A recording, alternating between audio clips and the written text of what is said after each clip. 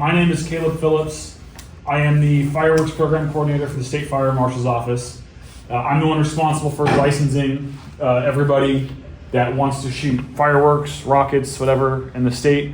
As I'm learning this morning, apparently California is one of the only states that regulates rockets as fireworks, which I did not know is unique. But that's due to the definition we have for fireworks. So this presentation this morning is really just going to be a brief overview of our program, the licensing system, how everything kind of relates and sits and works together like a puzzle. If there's any questions, just go ahead and ask me during the presentation. I don't mind being interrupted. I think it helps add engagement. All right, well, there we go. We got our projector thing in the middle there. So this right here, the definition of fireworks, is pretty self-explanatory in my eyes. This is what makes us all in the same program. State law defines any device containing chemical elements and compounds capable of burning independent of the oxygen in the atmosphere and producing audible, visual, thermal, or mechanical effects which are useful as pyrotechnic devices or for entertainment. So it's not a firework if it's not burning independent of the oxygen in the atmosphere, or if it doesn't produce audible, visual, mechanical, or thermal effects, and they have to be useful as a pyrotechnic device or for entertainment. So for you guys, right, you're producing a mechanical effect, right? That's your thrust. And the definition of pyrotechnic device specifically includes rockets or things for educational purposes. So that is how fireworks, or rockets are fireworks in state law. Jeez, so many pop-ups. The state loves its pop-ups. Okay, so the fireworks program administers 32 different licenses. These are generally arranged into three categories: operators, companies, and device classifications. So there's further divided those pyrotechnic operators into four categories. Rockets, that's where all of you guys would hopefully want to be. Theatrical, special effects, and commercial. Theatricals, you guys are doing like your Rammstein shows, your gerbs on stage, things like that. Special effects are like guys like Dimitri going on set, pulling stuff up. And then commercial, that's your 4th of July guys. Thanks, man. So your rockets, again, this is a very basic definition. They're not successive, so you can jump just straight to first class if you want, if you can get the letters for it, if you're capable. That is a possibility. So first class is anti-fuel rockets. Second class is solid experimental rockets. And experimental in the state language means homemade, basically. That's what lets you guys build whatever you want. And then first class obviously is any fuel experimental rocket. Third class is solid pre-manufactured rockets. And hold on one second. The pre-manufactured is important because we actually certify all those devices. So I get emails from RCS and SDs, I think, and they send me rocket reports, and I approve them and say, okay, well, here's your State Fire Marshal stamp. So that a third class. I got a question about that. Too. Yeah, go ahead. Go for it. So under California law, it's up to M size motors, right? And in other states, like you can buy a commercial pre-manufactured N size motor. Does that? I've always assumed that falls under experimental. So I don't know those thrust limits off the top of my head. I know there's. I have to look in Title 19 to see. It's like I think it's 19,120 Newton meters of thrust. Yeah. A specific impulse. That's the cutoff for a State Fire Marshal approved high power rocket.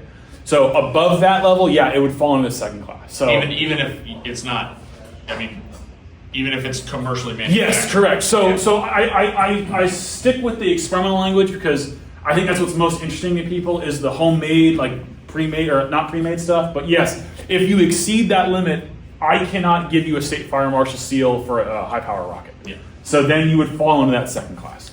In the different classes, is there testing? Is it how do you? Yes. So they all have the same general guidelines. So it's 5 letters of a existing licensee in that class or greater. So for a third class, a first, second, or third can write you a letter. For a second class, a first or second. And for a first class, only a first class can write you a letter.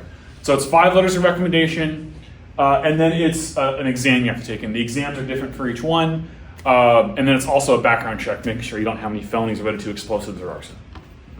Any other questions? No, makes sense. These are the firework classifications: dangerous, safe and sane, poppers, ag wildlife, ESD, exempt, model rocket motors, and high power rocket motors. So high power rockets, what we were just talking about. I'm going to put that in this presentation next time, is that thrust cutoff. I don't know what the letter rocket designation is, but the...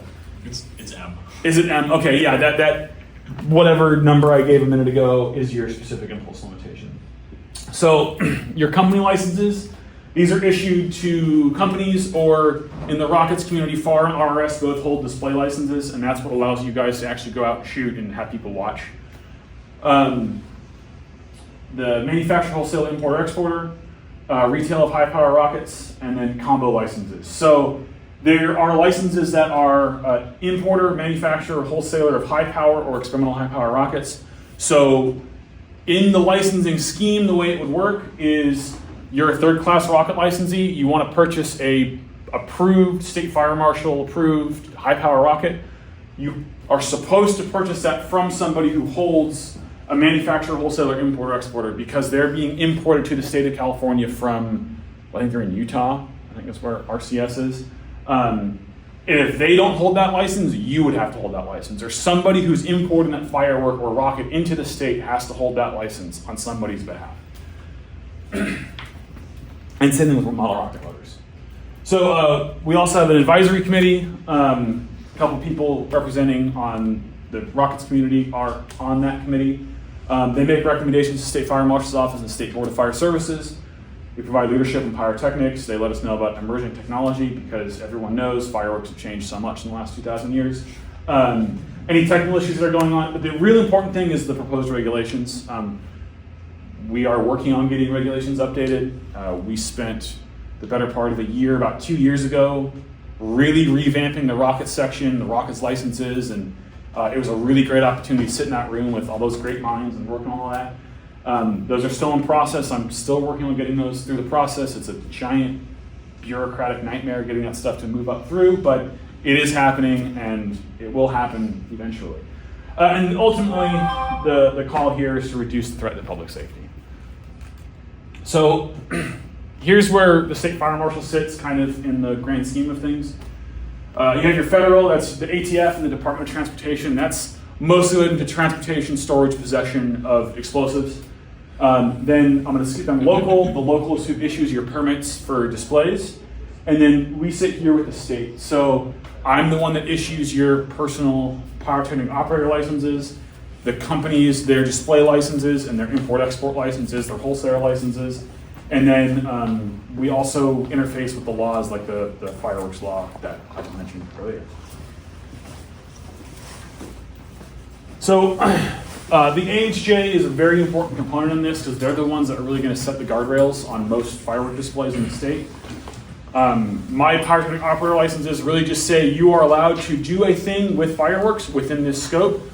Like I said, with a first class, it's any fuel. Second class, it's pre-manufactured or not pre-manufactured solid. The AHJ can come in and say, you know what, we only want you shooting up to N or O motors or something, right? And that's within their ability as the AHJ. The permit can have conditions.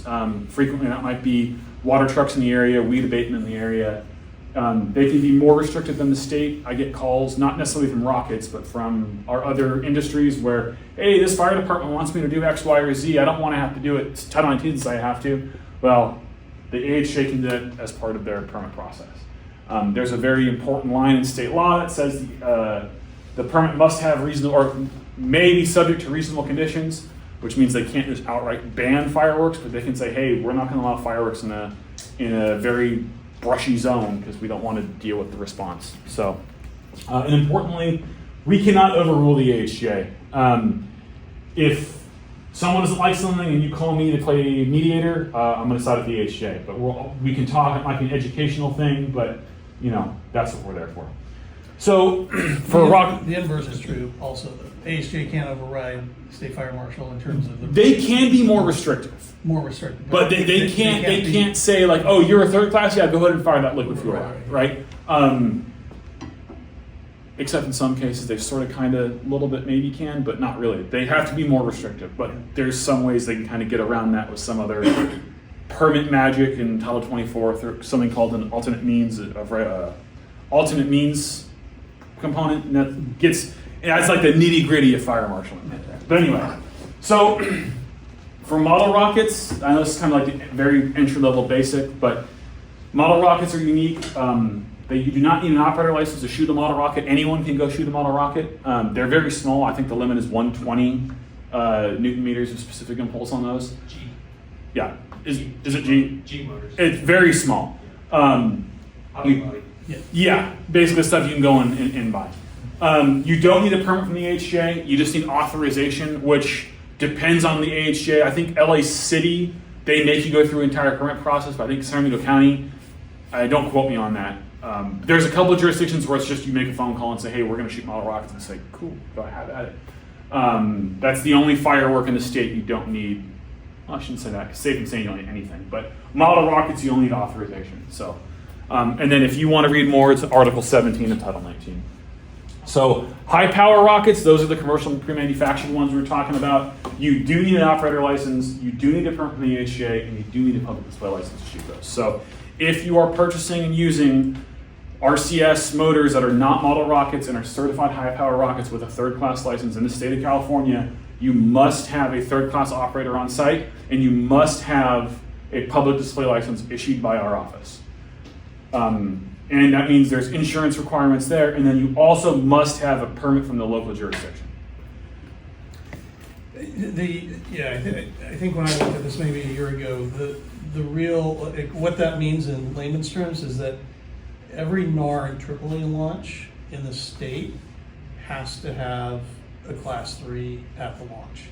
And they have to have a display license from us. And all the right. Because I think that, so the third class license isn't what I'm concerned about, because I think that's happening. What I don't think is happening, because to my knowledge, the only folks that hold a display license for rockets in the state of California is FAR and RRS. Interesting. What is the insurance? It's $1 million general liability with a maximum of a $25,000 deductible.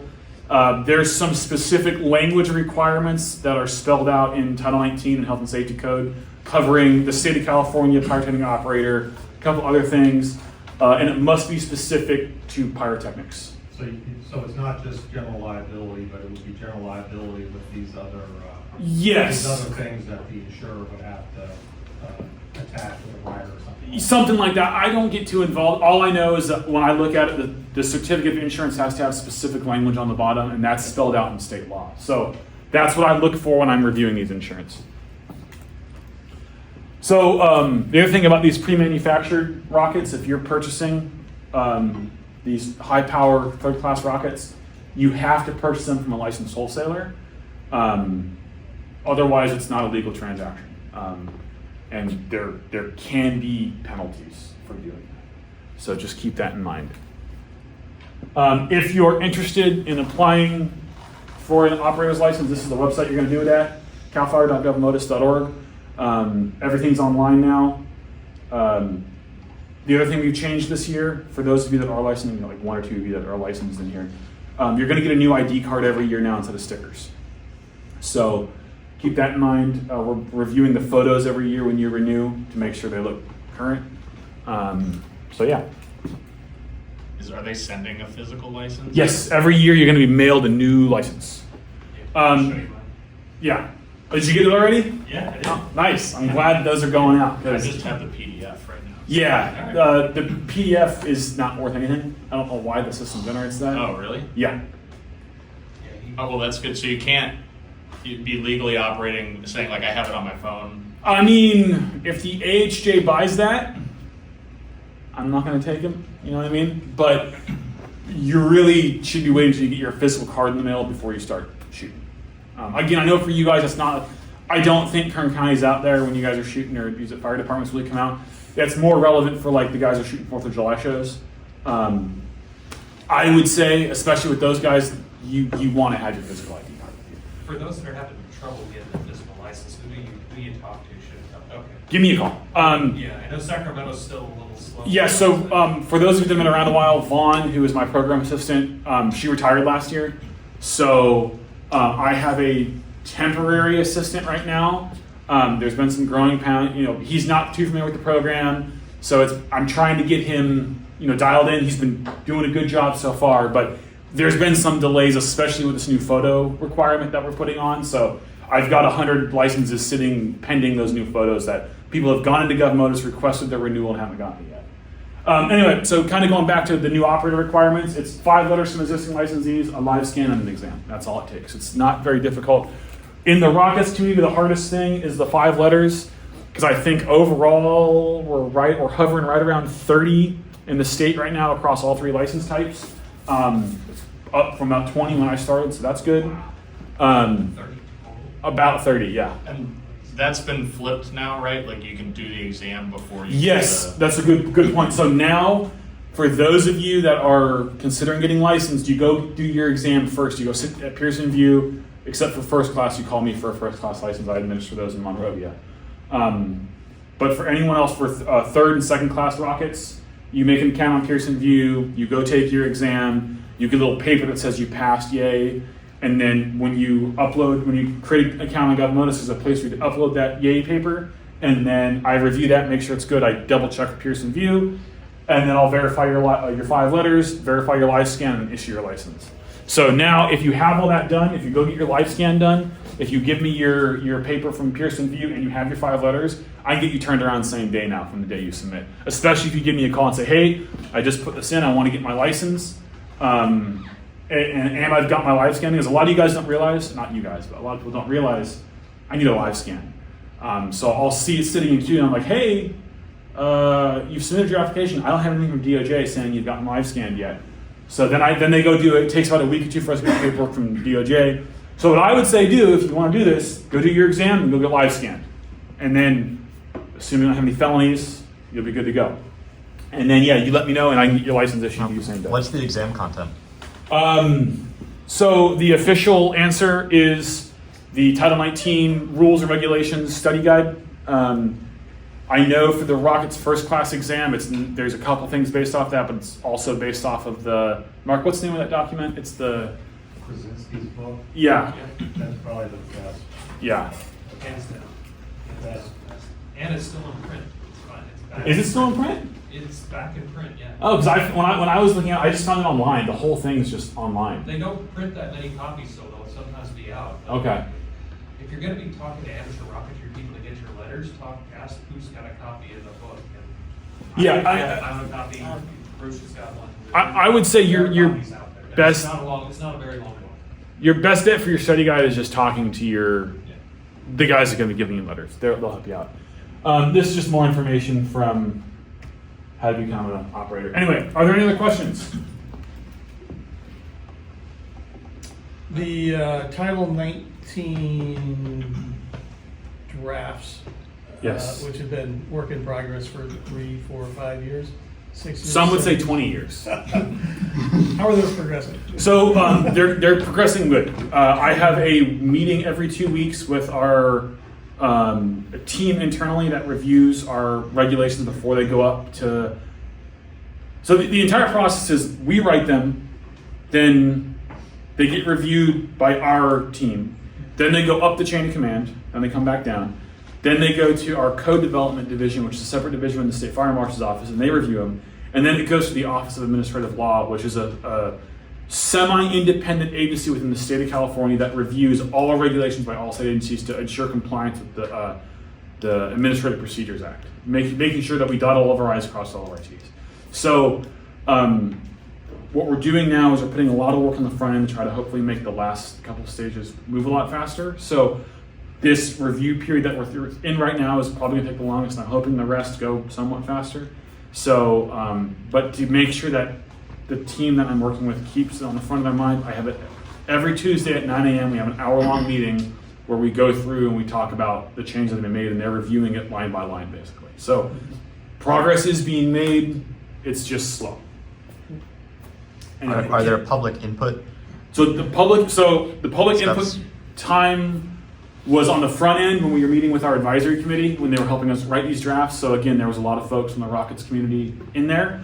At this point now, we can talk, but I don't want to make too many changes to these drafts. The time for public input will be when it goes to the Office of Administrative Law. There'll be Typically, it's a 45-day comment period where the public can write in and make additional comments on the language of the regulations, any suggestions, any issues they see with them. And then if we make changes as a response to those public comments, they go back out for public comment, and that's either a 45-day or a 15-day, depending on on how substantive those changes were. So what will happen is when we go to public comment from the OAL side, everybody that's what we call an interested party will get a notification. So we assume everyone that's a pipefittering operator, everyone that holds one of our company licenses is an interested party.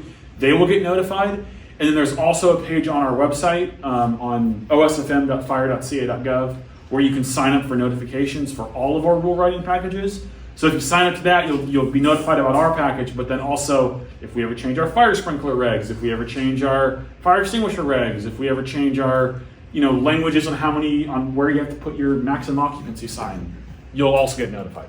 So, any other questions? I mean, my only comment there is just for those are substantially improved, at least what the draft I saw, and do extend to M to O in terms of some of the commercial motors and things like that. There is still a gap in the high power commercial space, I'd call it. The other 47 states are using NFPA and flow down to NAR and Tripoli for those NAR and Tripoli launches, which most people here are either launching out the MTA or launching with FAR. But for those populations around the state that don't, that aren't in that class, it does seem to me that there's still a gap. There's, if anybody in here orders a motor from, I don't know, Wildman or Apogee or anybody, like the minute you take possession of that and take it up to a Tripoli launch, you've actually broken, I don't know, a dozen laws. So come to the RRS? What's that? Come out to the MTA? Even that, you've just by possessing it at your house and transporting it out there. So yeah, my only ask would be that for that important part of the hobby, right, that it get looked at in a way that is encouraging, right, just like the other 47 states, in a way that's also safe. Yes. So I mean that's a good question and a good comment, right? I mean that's something I'm aware of too. That I'm not trying to make criminals out of all of you guys with all this. Yeah. You know what I mean? Like that's why I'm out here educating, and that's why I'm telling you the way it's supposed to work is you're supposed to purchase from a licensed wholesaler, right? Because when this system was all put in place back in the 70s, and I think with the size of this community and the size of the rest of the fireworks industry, that most of the state fire marshal's attention has been on the other side of the industry. So there's a lot of stuff that's going on that hasn't caused any problems, but it's not technically legal. So that was one of the things we tried addressing sitting in I don't know, were you in those meetings? Okay. There was a lot of you guys that were in those meetings, and we tried to address as much of this as we can. And the problem for me then was I was new in this position. So I was learning and then also working on writing the regulation to kind of fix these problems. So there were some things that haven't gotten fixed, but like you said, it is better. And I'm hoping that once we get this one out, because this regulation change is absolutely enormous. There is not a single aspect of the fireworks program this regulation change doesn't touch. So it's a big project. And what I'm hoping is once this one is done, we can go through and make those tweaks that say, okay, hey, if you hold a pyrotechnic operator's license, there is a way for you to import fireworks. And that actually was something we did address. We did add a proposed license type that allows somebody who holds a rockets license to become what we call a limited importer, where they don't have to purchase from a licensed importer wholesaler. They can purchase on their own if they hold that license because they are now the importer exporter, right? I don't know if that's going to go through with the final draft of the regulations, but that was a proposal that was made by the rockets industry that we listened to and we attempted to address. The other problem is a lot of those things you brought up, they're not addressed in regulation, they're addressed in law. So the need for an importer-exporter is not in regulation, that's in law, and that's not something I can change as a state fire marshal's office. That has to be changed by statute. So the way we addressed that was by creating that limited import-export license under the authority granted us by the state legislature.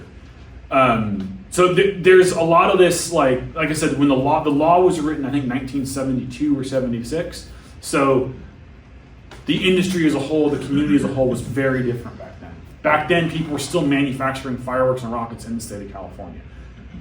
Everything being imported into the state was not a possibility back then. Anyway, any other questions?